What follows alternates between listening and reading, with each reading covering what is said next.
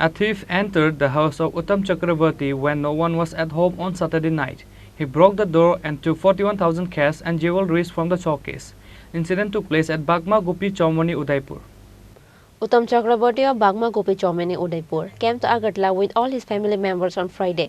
Meanwhile, on Saturday night, when no one was at home, a thief took a chance and barged in at Uttam Chakraborty house.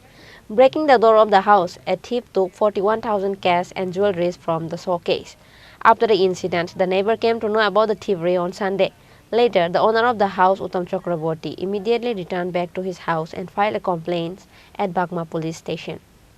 আমরা বাড়ি যাচ্ছিলাম না, আমরা পরশু দিন আগরতলা গেছিলাম।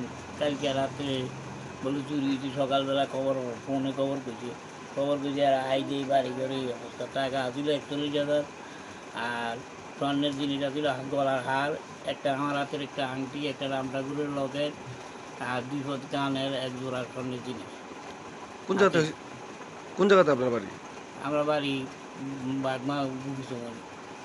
পুলিশকে জানানো হয়েছে নি ব্যাপার? বাগমা আউটপোস্টে জানানো হয়েছে।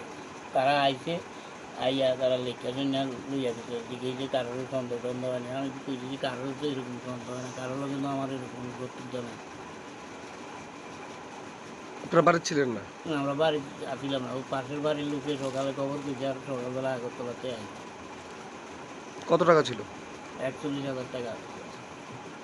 আপনার নাম? আমার নাম শ্রী উত্তম চক্রবর্তী।